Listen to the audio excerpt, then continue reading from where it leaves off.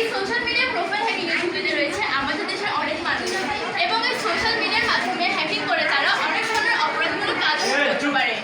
এই social media profile hacking এর জন্য অনেক ধরনের প্রভাব রয়েছে তা আমি নিম্নে উল্লেখ করলাম। অনেক মানুষের পাসওয়ার্ড সহজ এবং সাবলীল হওয়ার কারণে সোশ্যাল মিডিয়া খুব সহজে হ্যাক হয়ে যাচ্ছে।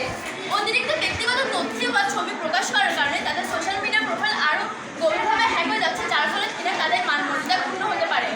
অসচেতনার কারণে মানুষের ব্যক্তিগত তথ্যের নিরাপত্তা ঠিকভাবে রক্ষা করতে পারে না, যার ফলে পরবর্তীতে অনেক ধরনের সমস্যার সম্মুখীন হয়। এই সোশ্যাল মিডিয়া প্রোফাইল সম্পর্কে আমাদের সচেতনার জন্য বেশ কিছু প্রভাব রয়েছে। আমি এখানে বেশ কিছু প্রভাব উল্লেখ করেছি। 1 নম্বরের মধ্যে রয়েছে কঠিন এবং জটিল পাসওয়ার্ড ব্যবহার করতে হবে এবং অবশ্যই পাসওয়ার্ডটি 12 ডিজিটের মতো হতে হবে। আমরা যদি কঠিন এবং জটিল পাসওয়ার্ড ব্যবহার না করি তাহলে কখনোই আমাদের প্রোফাইলটি সুরক্ষিত থাকবে না। পাসওয়ার্ড নিয়মিত পরিবর্তন করতে হবে। আমরা যদি পাসওয়ার্ড নিয়মিত পরিবর্তন না করি তাহলে এটিতে পরবর্তীতে অনেক ধরনের হ্যাকিংয়ের সম্মুখীন হতে পারে। পরবর্তীতে রয়েছে নিজের অতিরিক্ত ব্যক্তিগত তথ্য বা ছবি শেয়ার করা যাবে না। নিজের অতিরিক্ত ব্যক্তিগত তথ্য এবং ছবি শেয়ার করার কারণে হ্যাকাররা সহজে তাদের তথ্যগুলো জেনে নেয় এবং পরবর্তীতে সেগুলো হ্যাক করে নেয়। 5 নম্বরের মধ্যে রয়েছে 2 ফ্যাক্টর অথেন্টিফিকেশনটা চালু রাখতে হবে। 2 ফ্যাক্টর অথেন্টিফিকেশন নামটা হয়তো আমরা অনেকে শুনেছি, কিন্তু আসলে জানি না যে এটা আসলে কি। 2 ফ্যাক্টর অথেন্টিফিকেশন হলো আমাদের একটি নির্দিষ্ট পাসওয়ার্ডের বাইরে একটি ওটিপি দিতে হবে এবং ওটিপিটি হলো ওয়ান টাইম পাসওয়ার্ড। এটা যদি আমরা ব্যবহার করি তাহলে হ্যাকারদের সেটি আমাদের উল্লেখ করা সহজ হয়ে যাবে এবং হ্যাকিংটা যত সম্ভব করা যাবে না এবং এটা আরও কঠিন হয়ে পড়বে।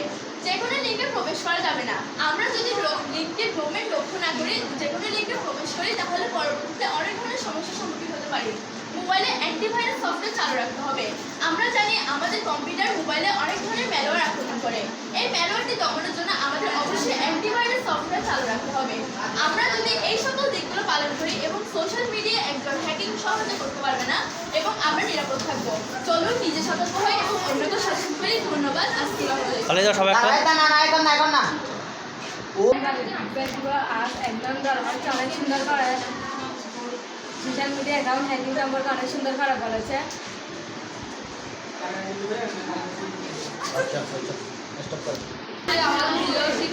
সবাইকে আসসালামু আলাইকুম। আজকে আমি একটি বিষয়ে উপস্থাপন করবো। বিষয়টি হলো হ্যাকিং।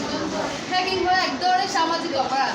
এটির মাধ্যমে হ্যাকাররা আমাদের ব্যক্তিগত তথ্য চুরি করে ইন্টারনেটে ছড়িয়ে আপনাদের সামনে প্রথমে উপস্থাপন করবো হ্যাকিংয়ের ঝুঁকি। 1 নম্বর, হ্যাকাররা হ্যাকিং করে আমাদের ব্যক্তিগত তথ্য চুরি করে। 2, হ্যাকিং করে হ্যাকাররা আমাদের নানা ধরনের বিভিন্ন ধরনের আমাদেরকে ভয় দেখায়। 3, হ্যাকাররা আমাদের ব্যক্তিগত তথ্য চুরি করে ইন্টারনেটে ছেড়ে দেয়। হ্যাকিংয়ের প্রভাব। 1 নম্বর রয়েছে হ্যাকাররা হ্যাকিং করে আমাদের বিভ্রান্তি করে ফেলে, ফলে আমরা হতাশা হয়ে যাই। 2 নম্বর রয়েছে হ্যাকিংয়ের ফলে আমাদের সমাজে বিশৃঙ্খলা সৃষ্টি হয়।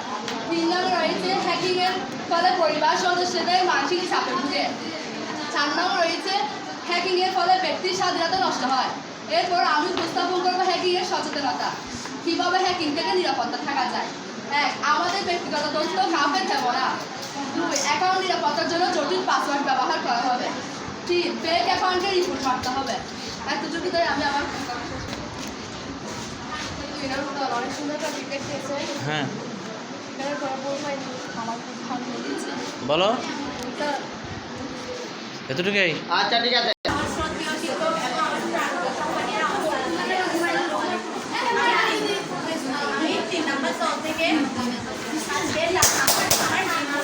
আমার বিষয় হচ্ছে ডাটা ইন্টারসেকশন। বর্তমান যুগ তথ্য প্রযুক্তির যুগ। এই যুগে অনেক হ্যাকাররা অনেকভাবেই হ্যাক করতে পারে। তো আজকে আমার বিষয় হলো ডাটা ইন্টারসেকশন। ডাটা ইন্টারসেকশন হলো একটি কার্যকরী কৌশল যার মাধ্যমে কোনো নেটওয়ার্ক বা ইন্টারনেট কমিউনিকেশনের ডাটাগুলো অবৈধভাবে নেওয়ার চেষ্টা করা হয়। এই প্রক্রিয়াতে একজন হ্যাকার বা অবৈধ ব্যক্তি ডাটার ট্রান্সমিশন এবং রিসিভিং পয়েন্টগুলোর মধ্যে ডাটা সংগ্রহ করতে চেষ্টা করে।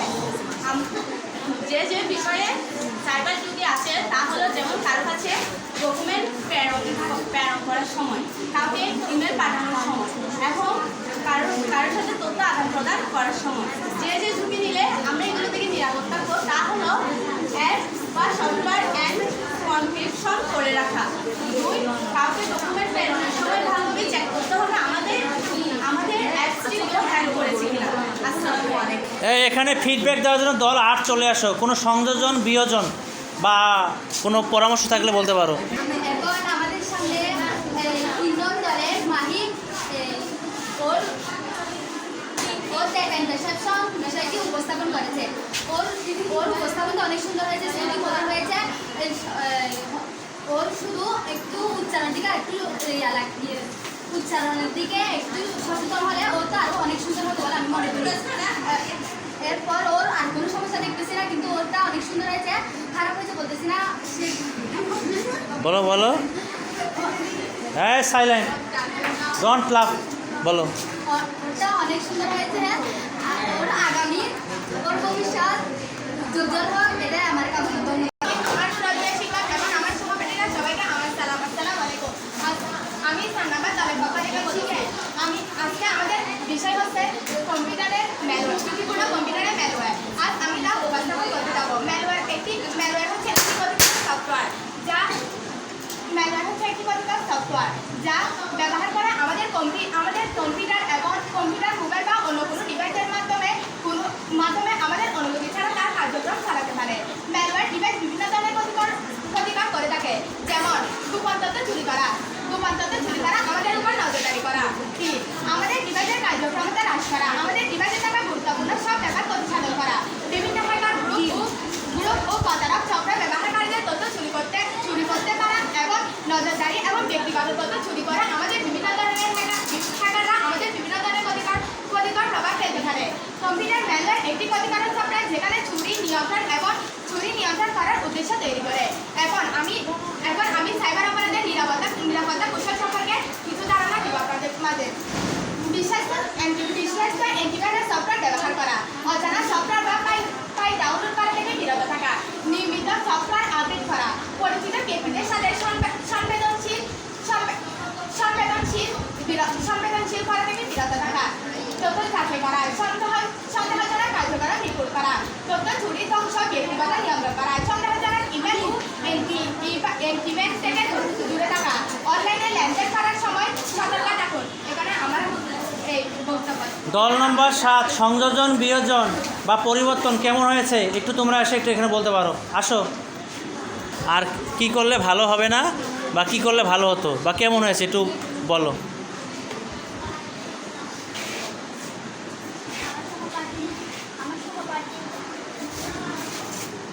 সিনহা, দলের নাম সবার 4 অনেক ভালোভাবে উপস্থাপন করেছে, কিন্তু তার কথাগুলো আরেকটু আসতে বলে আমার সহপাঠীরা বোঝার চেষ্টা করতে পারতো। বলো। আমি ভবিষ্যতে ভালো করে পড়ার জন্য আমি কিছু অ্যাড বা মানে অ্যাড করার কোনো প্রয়োজন ছিল এখানে কিছু? ও ওকে। উপস্থিত আমার শিক্ষক এবং সহপাঠীদেরকে আমি 5 নম্বর দল গোলাপ থেকে টানা বলছি। আমি আজ ডিডোস অ্যাটাক সম্পর্কে বলবো।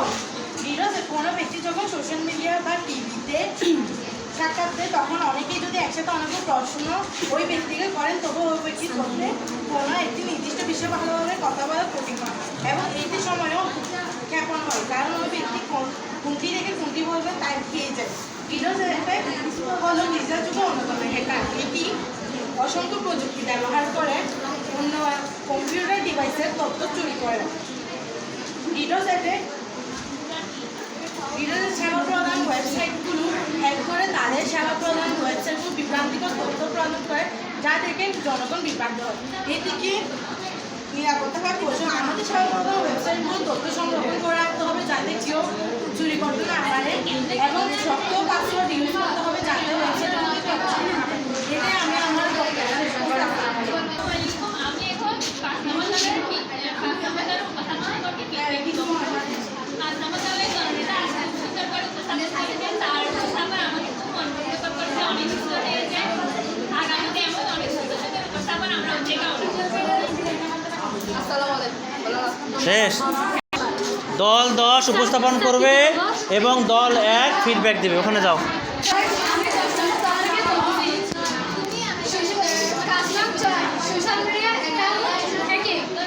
Social media social media profile hacking বা প্রোফাইলের ব্যক্তিগত বা প্রশাসনিক তথ্যের অপব্যবহার বা অনুপযুক্ত ব্যবহার এটি অনুমতি ছাড়াই কারো সোশ্যাল মিডিয়া অ্যাকাউন্ট হ্যাক করে কাজ করতে সক্ষম হয়। যেমন 1 অন্য ব্যবহারকারী নামে পোস্ট করা, 2 ব্যবহারকারীর তথ্য পরিবর্তন করা, 3 ব্যক্তিগত বা গোপনীয়তার বিষয়গুলো অপসারণ বা প্রকাশ করা, 4 পাসওয়ার্ড যদি শব্দ না হয় তাহলে হ্যাকিং হয়ে যায়, 5 হ্যাকিং না ওয়েবসাইট কম্পিউটারের সিস্টেম বা নেটওয়ার্ক ফাংশনের সম্পূর্ণ বা আংশিক নিয়ন্ত্রণ নেয়, 6 পাসওয়ার্ড গোপন না রাখার কারণে হ্যাকিং হয়ে যায়। নিরাপত্তার কৌশল, বারবার পাসওয়ার্ড পরিবর্তন করতে হবে। এইটা ভিডিও করবো, কথা বলতেছে কি? নিজের প্রয়োজনীয় তথ্য অন্য কাউকে বলা যাবে না। 3 ওটিপি পাসওয়ার্ড দিতে হবে যাতে অন্য কেউ পাসওয়ার্ড খুলতে না পারে। 4 পাসওয়ার্ড কাউকে শেয়ার না করা। 5 যাকে তাকে মোবাইল না দেওয়া। ওকে, দল 1 ফিডব্যাক দাও। আমার শ্রদ্ধেয় শিক্ষক ও সহপাঠীদের জানা আমার সালাম, আসসালামু আলাইকুম। আমার সহপাঠীর ধরনের নাম কাকুলাম। সে এখন ফিডব্যাক দিয়েছে, আমি তার ফিডব্যাকগুলো উপস্থাপন করব। সে সোশ্যাল মিডিয়া অ্যাকাউন্ট হ্যাকিং নিয়ে ফিডব্যাক দিয়েছে। তার ফিডব্যাক আমার মোটামুটি ভালো লেগেছে, কিন্তু সে কিছু এড়িয়ে গিয়েছে, যেমন নিরাপদ থাকার কৌশল এটা এড়িয়ে গিয়েছে। এটুকুই? কি এড়িয়ে গেছে? আসসালামু আলাইকুম। আমি 9 নং দলের পক্ষ থেকে সাইবার বুলিং সম্পর্কে কিছু ফিডব্যাক দিব। সাইবার বুলিং এর প্রভাব তার হতে নিরাপদ থাকার কৌশল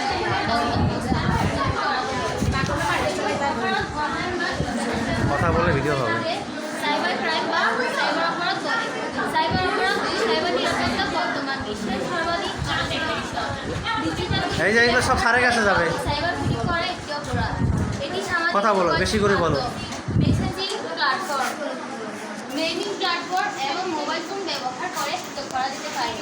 এই ক্ষেত্রে যাদেরকে টার্গেট করা হয় তাদেরকে অনলাইনে নানাভাবে ভয়ভীতি প্রদর্শন এবং বিব্রত করা হয়, যেমন সামাজিক মাধ্যমে কারো সম্পর্কে মিথ্যা তথ্য ছড়িয়ে দেওয়া বা বিব্রতকর অথবা অপমাননাকর ছবি পোস্ট করা। মেসেজিং প্ল্যাটফর্মের মাধ্যমে ক্ষতিকর ও অভিমান মেসেজ দেওয়া বা হুমকি দেওয়া এবং অন্যের ছদ্মবেশ ধারণ করে তার পক্ষে আর একজনকে বিদ্যুৎ করা, অর্থাৎ ডিজিটাল যোগাযোগ মাধ্যমের সাহায্যে কাউকে উদ্যুক্ত করাই হচ্ছে সাইবার বুলিং।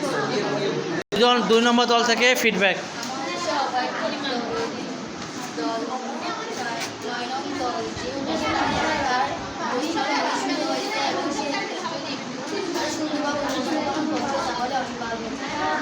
এটুকুই? আমার উপস্থিত আমার সহপাঠী এবং শিক্ষক, আসসালামু আলাইকুম। আজ আমি ফিশিং সম্পর্কে আপনাদের সামনে কিছুটা উপস্থাপন করব। ফিশিং হচ্ছে সামাজিক যোগাযোগ মাধ্যমের একটি অপরাধ। ফিশিং বলতে আমরা বুঝি সাধারণত একজনের আইডি হ্যাক করে অন্যজন পরিচয় দিয়ে তার পরিচয় দিয়ে সেখানে তার কাছ থেকে টাকা চাওয়া অথবা অনাকাঙ্ক্ষিত মেসেজ করা অথবা অশ্লীল ছবি পাঠানো, এগুলো হচ্ছে ফিশিং, যেগুলো আমরা বাস্তব জীবনেও দেখি। যেমন কি ফিশিংটা হচ্ছে আমাদের এলাকায় যেমন মাছ চুরি হওয়ার মতো, মাছ চুরি না করার জন্য যেমন আমরা গাছের বড় ডালপালা অথবা বাঁশ দিয়ে করে দিই, তেমনি আমাদের শক্ত পাসওয়ার্ড ব্যবহার করতে হবে। ফিশিং থেকে বাঁচার জন্য শক্ত পাসওয়ার্ড, যেমন আমরা নামের অক্ষর দিয়ে অথবা একটু পাকা করে মানে একটু শক্ত করে পাসওয়ার্ডটা দিতে হবে প্যাটার্ন দিয়ে, এবং শক্ত পাসওয়ার্ড দেওয়ার পর নির্দিষ্ট সময় পরপর আমাদের পাসওয়ার্ডটা পরিবর্তন করতে হবে, কেননা পাসওয়ার্ডটা অনেক সময় সবাই মনে রেখে দিতেও পারে। তারপর সন্দেহজনক লিঙ্কে প্রবেশ করবো না এবং কোনো মেসেজ অথবা ছবি পাঠাবো না। অপরিচিত দিয়ে অনাকাঙ্ক্ষিত ছবি অথবা মেসেজ পাঠালে তাকে ব্লক করে দেব। এইসব বিষয়গুলো অবলম্বন করলে আমরা ফিশিং থেকে বাঁচতে পারবো। এবারে আমি আমার উপস্থাপন শেষ করছি। আসসালামু আলাইকুম, সবাইকে ধন্যবাদ।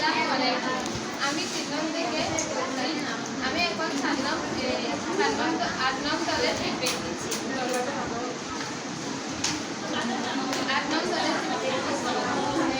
8 নং দলের উপস্থাপনার পক্ষে দিয়ে তার অনেক সুন্দর হয়েছে, আশা করি সামনে আরো ভালো হবে।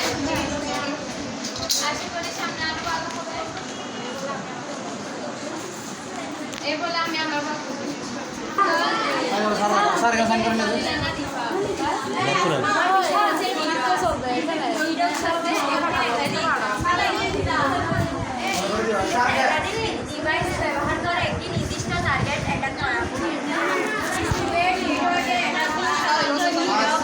নামে পরিচিত ওয়েবসাইটে আপনারা দুই বন্ধু আছে চালাবেন করার জন্য ওয়েবসাইট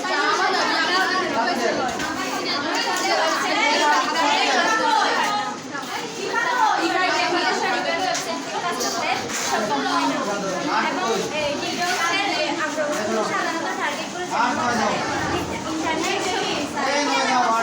ইন্টারনেট সার্ভার যে কোনো সংস্থা এবং অনলাইন সেবার সরকারের উপর নির্ভর করে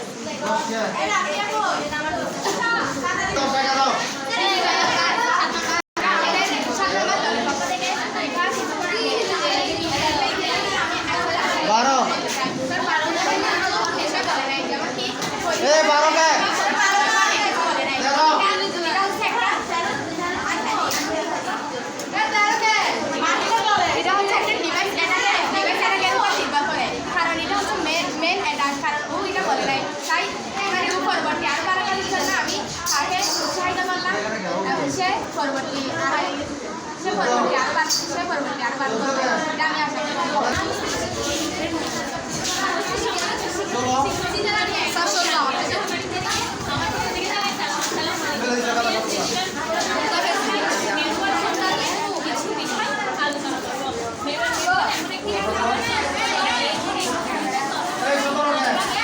চলে যাও চলে যাও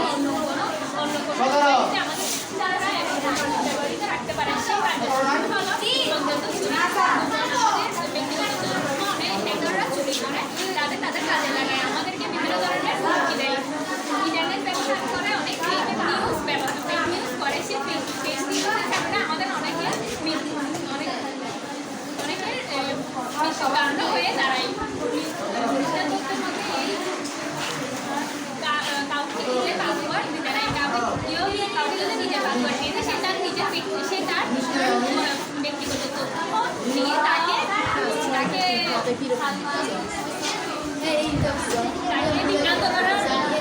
করে নিজের ব্যক্তিগত তথ্য কাউকে দেওয়া যাবে না কাউকে দিয়ে দেয় সে তার অফিসে নিয়ে তাকে পরবর্তীতে বিচার করতে পারে আমাদের পোস্টার সেটা তার হাতে লিখতে হবে সতর্ক করতে হবে যেন আমাদেরকে তারা পরবর্তীতে মানে নিজের মোবাইলের সক্রিয় ব্যবহার করতে হবে আমরা ব্যবহার আমাদের মোবাইলে বিভিন্ন ধরনের আমাদের নিজের ব্যক্তিগত তারা নিয়ে আমাদেরকে পরবর্তীতে সংক্ষিপ্ত বিবরণের মাধ্যমে আমি আমার উপস্থাপন শেষ করছি ধন্যবাদ সবাই দল পাস ফিডব্যাক দাও না না বলো কিছুক্ষণ আগে আমার সহপাঠী সাবিয়তা তার বক্তব্য হয়েছে তার বক্তব্যটি খুব সুন্দর হয়েছে এবং মনোমুগ্ধকর এবং স্পষ্ট হয়েছে তার বক্তব্য আমি একদম একমত এখানে আমার বক্তব্য কোনো দ্বিমত নেই তাই তো